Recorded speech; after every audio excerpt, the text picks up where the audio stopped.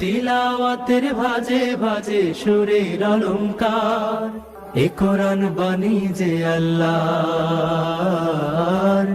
এ কোরআন বাণী যে আল্লাহর। আসসালামু আলাইকুম রহমতুল্লাহি ওবরাকাতু। আসুন্না ফাউন্ডেশনের অনন্য আয়োজন সহজ সূত্রে কোরআন শিখির 10ম পর্বে আপনাদেরকে স্বাগতম। প্রিয় শিক্ষার্থী বন্ধুরা, আমরা যদি চাই আমাদের ঈমান বাড়াতে, অবশ্যই আমাদেরকে কোরআন পড়া শিখতে হবে, কোরআন তেলাওয়াত করতে হবে। আমরা যারা নিজেদেরকে মুসলিম দাবি করি, অবশ্যই আমাদেরকে ঈমান আনার পরে কোরআন শিখতে হবে। যতদিন আমরা কোরআনের সাথে সম্পর্ক রাখব, ততদিন আমাদের ঈমান বাড়তেই থাকবে ইনশাআল্লাহ। প্রিয় শিক্ষার্থী বন্ধুরা, আজকের দর্শের হরফ ত, উপরে জবর দেওয়া আছে, নিচে জের দেওয়া আছে, উপরে পেশ দেওয়া আছে। আমার সাথে বানান করুন।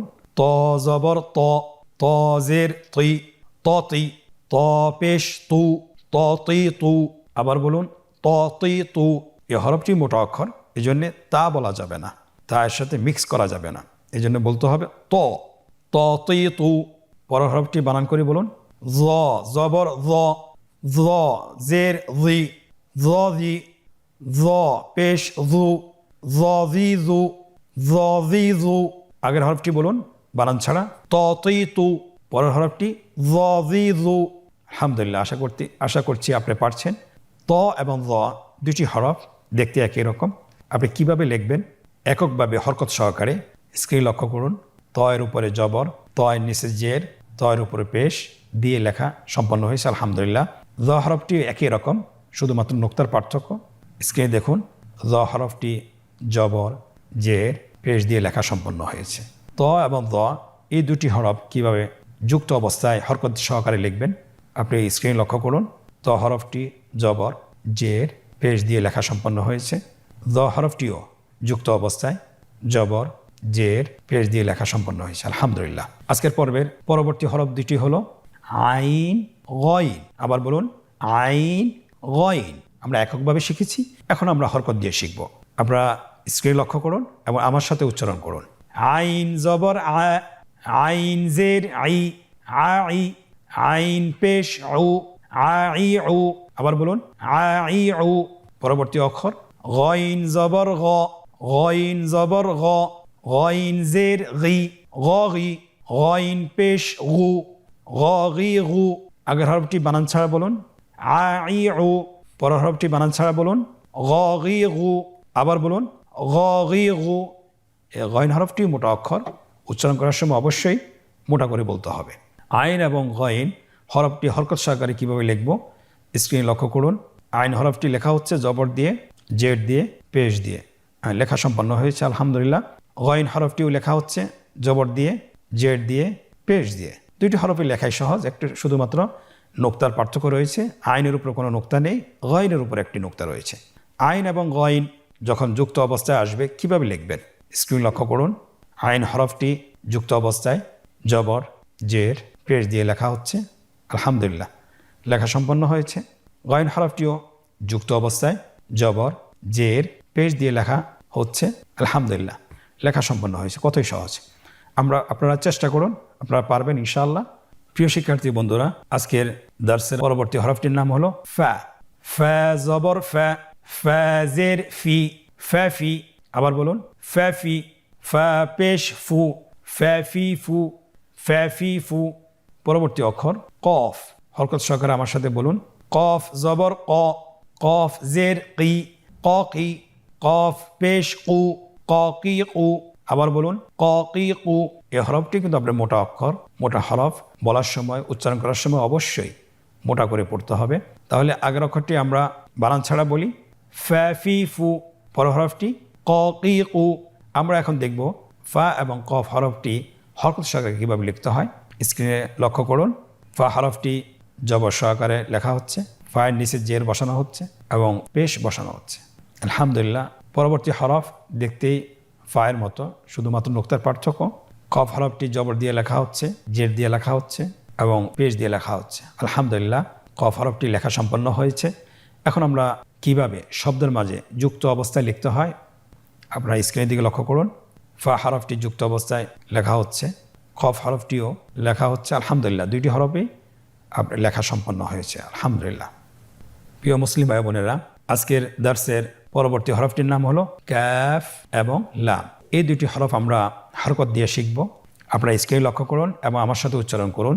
কাফ জবর কা, কাফ জের কি, কা কি, কাফ পেশ কু, কা কি কু। আবার বলুন কা কি কু। পরবর্তী হরফ লাম, উচ্চারণ সহকারে হরকত দিয়ে বলুন লাম জবর লা, লাম জের লি, লালি, লাম পেশ লু, লালি লু। আবার বলুন লালি লু। হরফ দুটোই বানান ছাড়া বলুন কা কি কু, লালি লু। আলহামদুলিল্লাহ, আমরা শিখতে পেরেছি। এখন আমরা দেখব এই হরফ দুইটি হরকত সহকারে কিভাবে লিখতে হয়। কাফ হরফটি লেখা সম্পন্ন হয়েছে, লাম হরফটিও লেখা সম্পন্ন হয়েছে আলহামদুলিল্লাহ। এখন আমরা কাফ এবং লাম হরফটি যুক্ত অবস্থায় কিভাবে হরকত দিয়ে লিখতে হয়। কাফ হরফটি যুক্ত অবস্থায় জবর জের পেশ দিয়ে লেখা সম্পন্ন হয়েছে। লাম হরফটিও জবর জের পেশ দিয়ে লেখা সম্পন্ন হয়েছে আলহামদুলিল্লাহ। আজকের পর্বের পরবর্তী হরফ দুটি হলো মিম এবং নুন। স্ক্রিনের দিকে লক্ষ্য করুন, মিম এবং নুন। আমরা এই হরফ দুটিও হরকত সহকারে শিখব। আপনারা স্ক্রিনের দিকে তাকান। মিম জবর মা, মিম জের মি, মামি, মিম পেশ মু, মামি মু, মামি মু। পরবর্তী হরফ নুন, হরকত সহকারে উচ্চারণ করুন এবং আমার সাথে বলুন নুন জবর না, নুন জের নি, নানি। আবার বলুন নানি, নুন পেশ নু, নানি নু। আবার বলুন নানি নু। এখন আমরা বানান ছাড়া বলবো, আপনারা আমার সাথে বলুন মামি মু, নানি নু। আলহামদুলিল্লাহ, মিম এবং নুন হরকত সহকারে আমরা শিখে ফেলেছি আলহামদুলিল্লাহ। এখন আমরা মিম এবং নুন হরকত সহকারে কিভাবে লিখতে হয় স্ক্রিনে লক্ষ্য করুন। মিম হরফটি লেখা হয়েছে, নুন হরফটিও লেখা সম্পন্ন হয়েছে আলহামদুলিল্লাহ। এই হরফ দুইটি যুক্ত অবস্থায় কিভাবে হরকত বসিয়ে লিখবেন সেটাও আপনারা স্ক্রিনে লক্ষ্য করুন। যুক্ত অবস্থায় লেখা সম্পন্ন হয়েছে, এমনিভাবে নুন হরফটিও যুক্ত অবস্থায় লেখা সম্পন্ন হয়েছে আলহামদুলিল্লাহ। প্রিয় শিক্ষার্থী বন্ধুরা, আজকের পর্বের পরবর্তী হরফ দুটি হলো ওয়াও এবং হা। এই দুটি হরফ কিভাবে হরকত দিয়ে আমরা উচ্চারণ করব এবং বানান করব স্ক্রিনের দিকে লক্ষ্য করুন এবং আমার সাথে উচ্চারণ করুন। ওয়াও জবর ওয়া, ওয়াও জের উই, ওয়াউই, ওয়াও পেশ উ, ওয়াউই উ। আবার বলুন ওয়াউই উ। হা হরফটি হরকত দিয়ে কিভাবে উচ্চারণ করতে হয় স্ক্রিনের দিকে লক্ষ্য করুন এবং আমার সাথে বানান করে উচ্চারণ করুন। হা জবর হা, হা জের হি, হা হি, হা পেশ হু, হা হি হু, হা হি হু। আমরা এখন বানান ছাড়া বলবো দুটি হরফ, আপনারা আমার সাথে বলুন ওয়াউই উ, হা হি হু। আলহামদুলিল্লাহ, হরকত সহকারে আমরা ওয়াও এবং হা হরফটিও শিখেছি। আমরা এখন দেখব যে ওয়াও হরফটি এবং হা হরফটি কিভাবে হরকত সহকারে লিখতে হয় স্ক্রিনের দিকে লক্ষ্য করুন। ওয়াও হরফটি জবর জের পেশ দিয়ে লেখা হয়েছে আলহামদুলিল্লাহ। হা হরফটিও জবর জের পেশ দিয়ে লেখা সম্পন্ন হয়েছে। এখন আমরা দেখব যে ওয়াও এবং হা হরফটি যুক্ত অবস্থায় কিভাবে হরকত দিয়ে লিখতে হয়। ওয়াও হরফটি যুক্ত অবস্থায় জবর জের পেশ দিয়ে লেখা হচ্ছে। হা হরফটিও যুক্ত অবস্থায় জবর জের পেশ দিয়ে লেখা সম্পন্ন হয়েছে আলহামদুলিল্লাহ। আজকের পর্বের পরবর্তী হরফ আপনারা স্ক্রিন দেখতে পাচ্ছেন ইয়া। ইয়া জবর ইয়া, ইয়া জের ই, ইয়া ই, ইয়া পেশ ইউ, ইয়া ই ইউ, ইয়া ই ইউ। আলহামদুলিল্লাহ, আজকের ক্লাসের মাধ্যমে আমরা আরবি হরফের যে 29টি হরফ জবর জের পেশ দিয়ে আমরা শিখে ফেলেছি আলহামদুলিল্লাহ। খুব অল্প সময়ে, মাত্র 2টি ক্লাসে, যেটা অন্য জায়গায় বেশি সময় লাগে, কিন্তু আলহামদুলিল্লাহ আমরা ভিডিওর মাধ্যমে আপনাদেরকে যে লেসনটা পড়িয়েছি সেটা খুব সহজেই এবং সূত্রের মাধ্যমে আপনাদেরকে পড়িয়েছি। আশা করছি আপনারা যদি এটা বেশি বেশি করে অনুশীলন করেন তাহলে আপনারা খুব দ্রুত শিখতে পারবেন এবং কোরআনের যে কোনো শব্দ আজ থেকে আপনি বানান সহকারে পড়তে পারবেন ইনশাআল্লাহ। এখন আমরা একটি পর্বে প্রবেশ করব, যে পর্বটি খুবই আনন্দদায়ক, যেটার মাধ্যমে আমরা নিজেদেরকে যাচাই করব যে আমরা আগে তো হরফগুলো চিনতে পেরেছি, এখন আমরা কি আসলে হরকত সহকারে জবর জের পেশ দিয়ে কি হরফগুলো উচ্চারণ করতে পারি কিনা। তাহলে চলুন আর দেরি না করে আজকের অনুশীলন আমরা শুরু করি। প্রথম পর্বটিতে বলা হয়েছে যে নিম্নোক্ত শব্দগুলো বানান সহকারে উচ্চারণ করুন। তাহলে আপনারা স্ক্রিনের দিকে লক্ষ্য করুন এবং আমার সাথে বানান করে বলুন।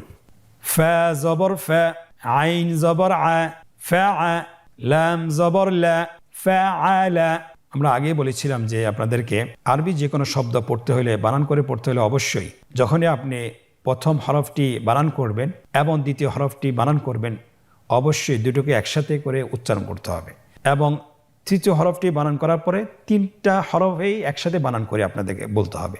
তাহলে আপনার জন্য শেখাটা সহজ হবে এবং বলাটাও সহজ হবে। পরবর্তী শব্দ আপনারা দেখুন এবং আমার সাথে বলুন।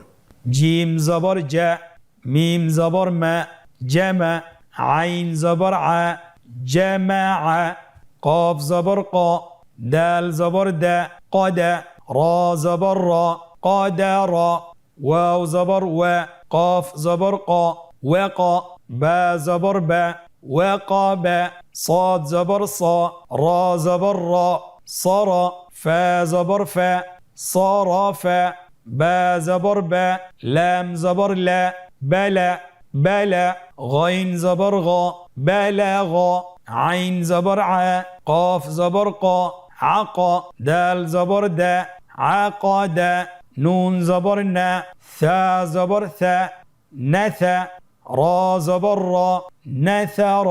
পরবর্তী লাইনের শব্দগুলো এভাবে বানান করে পড়তে হবে। আমরা হরফগুলো কিন্তু পৃথক পৃথক করে প্রত্যেকটি শব্দের নিচে দেখিয়ে দিয়েছি এবং লিখে দিয়েছি যাতে করে আপনারা সহজে হরফগুলো চিনতে পারেন। এখন আমরা বানান ছাড়া পড়ব কিন্তু অন্য একটি কৌশলে। আপনারা আমার দিকে লক্ষ্য করুন এবং আমার সাথে বানান করুন। বানান ছাড়াই পড়ুন। আ মি আমি, লা আমিলা, ফা লা ফালা, কি ফালাকি, রা ضي راضي، يا راضية، صافي صافي، را صافيرا، قو دو قدو، سي قدوسي، نو صي نصي، را نصيرا، مو ني مني، حا منيحا، عو لي علي، ما علما। আলহামদুলিল্লাহ, শব্দ উচ্চারণ ক্ষেত্রে 2টি পদ্ধতি আপনারা দেখেছেন। আমরা প্রথমে চেষ্টা করব যে বানান সহকারে উচ্চারণ করার জন্য এবং পরবর্তীতে বানান ছাড়া এই পদ্ধতিতে আমি যেভাবে দেখিয়ে দিয়েছি এভাবে পড়ার চেষ্টা করবেন। ইনশাআল্লাহ আপনাদের জন্য সহজ হবে। আজকের অনুশীলনের প্রথম পর্বটি আমরা শেষ করেছি। দ্বিতীয় পর্ব আমাদের আগের ক্লাসের মতোই। আজকের দ্বিতীয় পর্বটি একই রকম, যে নিম্নোক্ত শব্দগুলো কাঙ্ক্ষিত হরকত বসিয়ে বানান করুন। আপনারা দেখছেন, স্ক্রিনে লক্ষ্য করুন, এখানে 3টি ঘর রয়েছে। উপরের ঘরটিতে জবর জের পেশ দেওয়া আছে, মাঝের ঘরটিতে আপনার শব্দ দেওয়া আছে হরকত ছাড়া, এবং লাস্ট শেষের ঘরেতে আপনার শব্দগুলোর বাংলায় উচ্চারণ দেওয়া আছে। আপনারা বাংলা উচ্চারণ দেখে শব্দগুলোর মধ্যে হরকত বসাবেন। আপনারা এখন শুরু করুন। প্রথম শব্দটি হলো জা মা আ। তাহলে আমরা দেখতে পাচ্ছি তিনটাই কি জবর। আপনি স্ক্রিনে লক্ষ্য করুন, 3টিতেই জবর বসানো হয়েছে। পরবর্তী শব্দগুলো আপনারা বাংলা উচ্চারণ দেখে হরকত বসিয়ে ফেলুন। আপনারা স্ক্রিন দেখতে পাচ্ছেন সবগুলো শব্দতে হরকত বসানো হচ্ছে। আপনারা দেখতে পাচ্ছেন সবগুলো শব্দের মধ্যে হরকত বসিয়ে কাঙ্ক্ষিত উচ্চারণ তৈরি করা হচ্ছে। আপনারা এভাবেও করতে পারেন। ইনশাআল্লাহ আপনাদের জন্য সহজ হবে। আল্লাহ তাআলা আমাদেরকে সহজ করে দেন। আজকের অনুশীলনের 3য় পর্ব, যে নিম্নোক্ত শব্দগুলো বানান ছাড়া পড়ুন। কারণ হলো আজকের ক্লাসে এবং আগের ক্লাসে আমরা কিন্তু বানান শিখেছি এবং আপনাকে দেখেই বলতে হবে আপনার ব্রেন থেকে। শব্দগুলো বানান ছাড়াই আপনি পুরো শব্দটি উচ্চারণ করবেন। আমরা ডান দিক থেকে শুরু করি। শাকারা, রাজাআ, তালাআ, কাবিলা, মারিদা, কুতিলা। আলহামদুলিল্লাহ, আমরা আজকের পর্বটি শেষ করতে পেরেছি।